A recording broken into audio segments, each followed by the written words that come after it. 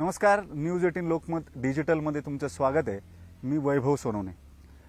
आपण एरवी अनेक किस्से ऐकत असतो। लहानपणापासून पौर्णिमा अमावस्या यांच्या भोवती असलेले गूढ किस्से असतील, भूताच्या गोष्टी असतील, लहानपणापासून या सगळ्या गोष्टी ऐकतच आपण मोठे झालोत। ग्रामीण भागात अमावस्या, एखादं वडाचं झाड, त्याच्यावरती उलटा लटकलेला खवीस, अशा अनेक गोष्टी ज्या आहेत त्या आपण ऐकतो। जसं जसं वय वाढतं तसं या गोष्टी अंधश्रद्धा आहेत अशा मतापर्यंत आपण येऊन पोहोचतो। पण या गोष्टींचा समाजमानावरती सुद्धा काही परिणामकारक बदल या गोष्टी घडवत असतात। अगदी केवळ समाजमनच नाही तर पोलिसांसारखी शाखा सुद्धा या सगळ्या गोष्टींचा कसा विचार करते, त्यांच्या कामाशी त्याचा कसा सहभाग असतो, अशा एका गमतीदार किस्स्याची गोष्ट मी तुम्हाला आज सांगणार आहे। अमावस्या आणि पोलीस यांचा गेले कित्येक वर्षांचा जुना ऋणानुबंध आहे, दृढ संबंध आहेत। आता तुम्ही म्हणाल हे नेमकं कसं?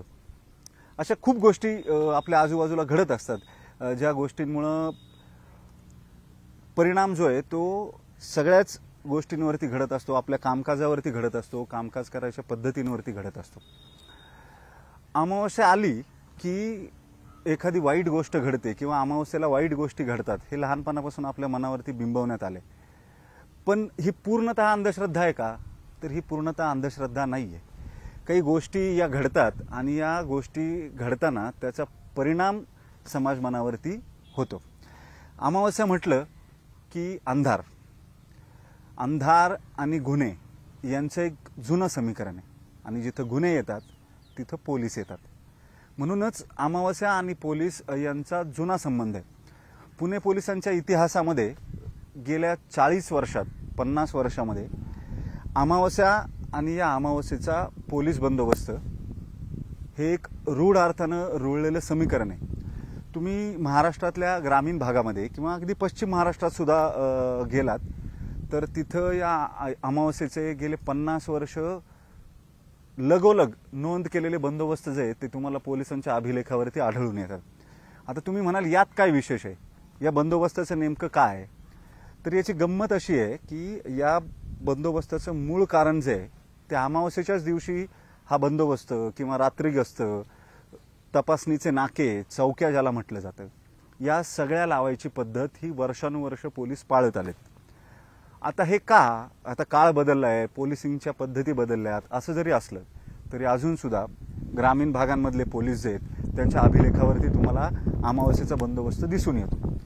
फक्त अमावस्येचा बंदोबस्तच नाही तर या अमावस्येच्या दिवशी जो रात्रीचा बंदोबस्त असतो, रात्रगस्त असते, चौक्या किंवा जे तपासणीचे नाके तयार केले जातात, या नाक्यांवरती अगदी आयजी रँकच्या, सुपरिटेंडेंट रँकच्या, DYSP रँकच्या अधिकाऱ्यांच्या भेटी असतात। म्हणजे काय तर अमावस्येच्या रात्री पोलिसांच्या अभिलेखावरती असलेले अनेक वरिष्ठ अधिकारी जे आहेत, अतिवरिष्ठ अधिकारी असतील, हे सगळे रात्रगस्तीसाठी बाहेर निघतात।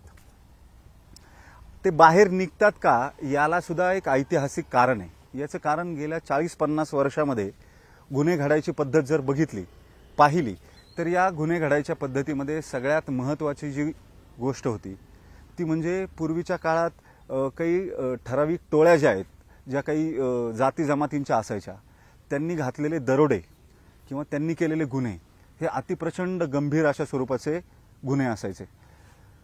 या जाती जमातींमध्ये गुन्हे करायची पद्धत जर पाहिली तर पुण्यातल्या, पश्चिम महाराष्ट्रातल्या सांगली, सोलापूर, अगदी अहमदनगर असेल, सांगली, सातारा असेल, या सगळ्या भागांमध्ये या गुन्हेगारी टोळ्या ज्या आहेत त्या दरोडे, बलात्कार, खून हे सगळं एका वेळेस केलेली अनेक गुन्हे आहेत जे राज्याचं राजकारण सुद्धा तापवायला कारणीभूत ठरलेले आहेत। त्या काळी अनेक गृहमंत्री या अशा पद्धतीच्या गुन्ह्यांमुळे अडचणीत आलेले आहेत। या गुन्हेगारांची गुन्हे करायची जर मोडस बघितली तर ती मोडस ही अंगाला वंगण लावायचं, अमावस्येच्या रात्री बाहेर पडायचं, टोळ्यांनी दरोडे टाकायचे, गावातली सधन कुटुंब हेरायची, तिथे दरोडे टाकायचे, हे दरोडे टाकताना कोणी प्रतिकार केला तर त्यांना जीवे मारायचं, दहशत आपली सोडून जायची असेल किंवा आपल्या दहशतीची चिन्ह सोडून जायची असतील तर घरातल्या महिलांवरती बलात्कार करायचे, अगदी सामूहिक बलात्कार करायचे, गँगरेप ज्याला म्हटलं जातं,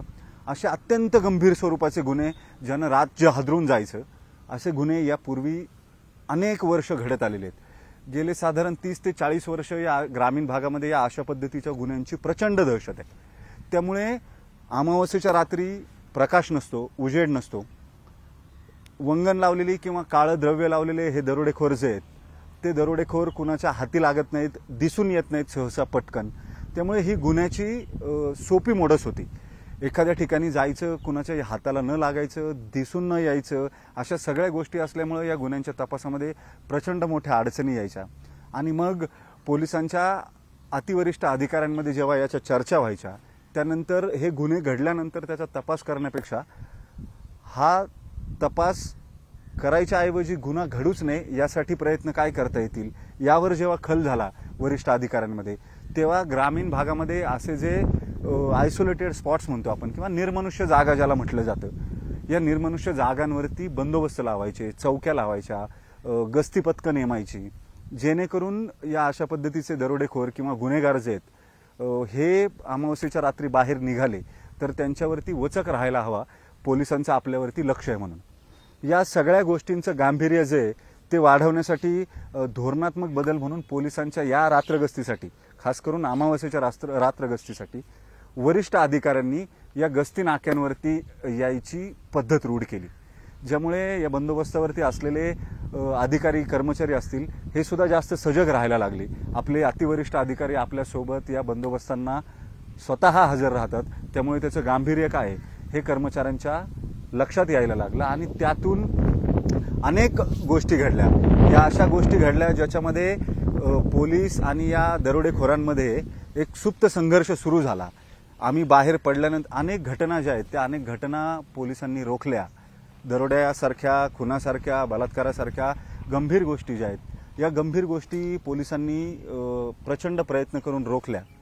हे सगळं झाल्यानंतर जेव्हा या संबंधित गुन्हेगार जमाती ज्या होत्या किंवा ज्यांचा व्यवसायच गुन्हे करणं होता, या अशा पद्धतीचे गुन्हे करून दहशत माजवणं हा होता, त्या सगळ्यांमध्ये एक बेचैनी तयार झालेली होती। पोलीस मशिनरीनी ही जी नवी व्यवस्था उभी केली, हा जो नवा पायंडा पाडला होता अमावस्येच्या दिवशी रात्रगस्तीचा, चौक्या बसवायचा, बंदोबस्ताचा, या सगळ्यामुळे त्यांना हालचाली करणं काहीसं अवघड जात होतं। त्यामुळे या सगळ्या प्रक्रियेमध्ये अनेकदा पोलिसांपर्यंत या गुन्हेगारांकडून निरोप पोहोचवले जायचे, पोलिसांना आव्हान दिलं जायचं। सांगली जिल्ह्यातला असाच एक किस्सा आहे। 80च्या दशकामध्ये पोलीस अमावस्येच्या वेळी या रात्रगस्तीसाठी पोलीस अधीक्षक दर्जाचा अधिकारी जो जिल्ह्याचा प्रमुख असतो तो सुद्धा रात्रगस्तीवरती असताना या अशा पद्धतीचा निरोप एका पोलीस कॉन्स्टेबलकडे देण्यात आला होता। त्याच्यापर्यंत तो वेगवेगळ्या मार्गाने पोहोचवण्यात आलेला होता की आज आम्ही अमावस्येच्या रात्री बाहेर पडू, दरोडा टाकू, तुम्ही अडवू शकत असाल तर अडवा। हे आव्हान पोलिसांना दिल्यानंतर पोलिसांनी जंग पछाडलं होतं।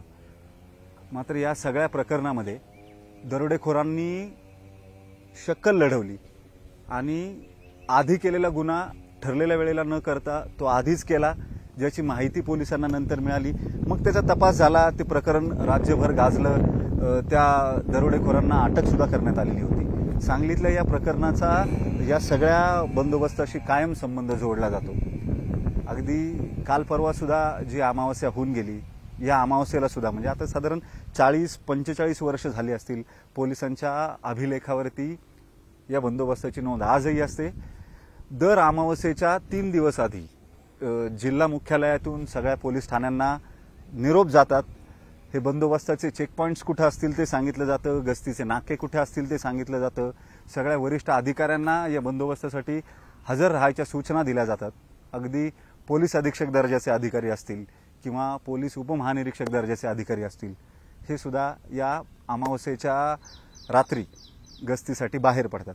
आता दरम्यानच्या काळात पुलाखालून बरंच पाणी वाहून गेले, पण पोलिसांचा हा अमावस्येचा बंदोबस्त आणि पोलिसांचं नातं काही सुटायला तयार नाही। याचं कारण वर्षानुवर्ष या गोष्टी घडत आल्यात। आता पोलिसिंग बदललंय, सीसीटीव्ही आलेत, टेक्निकल सर्व्हिलन्स आलाय, तांत्रिक विश्लेषण ज्याला आपण म्हणतो, मोबाईल फोनचे डेटा कॉल्स असतील, CDR असतील, अशा अनेक गोष्टी आहेत ज्या गोष्टींमुळे पोलिसांच्या तपासाच्या पद्धती सुद्धा बदलल्यात। खबरे ज्याला म्हटलं जायचं पूर्वी, या खबऱ्यांची संख्या कमी झाली आहे. ह्युमन रिसोर्स एस्टॅब्लिश करणं म्हणजे खबरी तयार करणं, पेरणं, या सगळ्या गोष्टी कमी झाल्यात. तांत्रिक विश्लेषणातून गुन्हे सोडवले जातात. त्याचं महत्त्व जे आहे ते पोलिसांच्या लक्षात आल्यामुळे पोलिसांच्या कार्यपद्धतीत बदल झाला आहे. मात्र इतकी कार्यपद्धत बदलून सुद्धा पोलिसांचा अमावस्येचा बंदोबस्त हा काही सुटलेला नाही. ग्रामीण भागामध्ये जिल्हा अधीक्षक कार्यालयांच्या हद्दीमध्ये आज सुद्धा अगदी कालपर्यंत अशाच पद्धतीचे आदेश हे सगळ्या पोलीस ठाण्यांना पारित केले जात होते. ते यापुढेही केले जात राहतील. पोलिसांना सजग ठेवायचा, अमावस्येच्या अंधाराचा आणि गुन्हेगारांवरती वचक ठेवायचा हा एक जो पायंडा गेले कित्येक वर्ष पडलेला आहे तो आजही सुरू आहे. अमावस्येच्या भोवती अनेक गूढ कथा, किस्से या सांगितल्या जातात. मात्र त्याच अमावस्येच्या भोवती केली जाणारी दुष्कृत्य जी आहेत किंवा गुन्हेगारी कारवाया ज्या आहेत त्या रोखायसाठी पोलिसांनी याच अमावस्येचा राज्यभरात ग्रामीण भागामध्ये मोठ्या प्रमाणावरती फायदा करून घेतला किंवा त्यांच्या कार्यपद्धतीमध्ये बदल करून हे दरोडे रोखायचा प्रयत्न केला. अनेकदा आपण माध्यमांमध्ये, वृत्तपत्रांमध्ये मथळे वाचतो, दरोड्याच्या तयारीत असलेल्या टोळीला पोलिसांनी अटक केली. ही केवळ एका दिवसाची कारवाई नसते. या अशा पद्धतीच्या रात्र गस्ती असतील किंवा अमावस्येचे बंदोबस्त असतील, अशा अनेक बंदोबस्तांनी या राज्यातले घडणारे गुन्हे थांबवलेले आहेत. ज्या कुणा अतिवरिष्ठ अधिकाऱ्यांच्या डोक्यातून ही कल्पना आलेली असेल त्यावेळेसचे घडणारे गुन्हे आणि त्याच्या अनुषंगानं लावण्यात आलेले हे बंदोबस्त आणि या अमावस्येच्या या बंदोबस्ताचं महत्त्व हे पोलीस वरिष्ठ अधिकाऱ्यांपासून ते अगदी कनिष्ठ कर्मचाऱ्यांपर्यंत पोहोचवणं, या सगळ्या गोष्टींनी वर्षानुवर्षांत कितीतरी शेकडो गुन्हे घडण्यापासून थांबवले असतील. अनेक गुन्हेगारांना गुन्हा करण्यापासून रोखलेलं असेल. पोलिसांची फील्डवरची जी दहशत आहे ती नेमकी काय असते त्या अमावस्येच्या रात्री कुठल्याही निर्जन रस्त्याला, जिल्ह्याच्या ठिकाणी, ग्रामीण भागामध्ये तुम्हाला बघायला मिळू शकते. अमावस्येच्या या रंजक कथा, कल्पना आणि अमावस्येचा संबंध, अतिवरिष्ठ पोलीस अधिकाऱ्यांनी अमावस्येला बंदोबस्ताला बाहेर पडणं हा किस्सा मी तुम्हाला सांगितला आहे.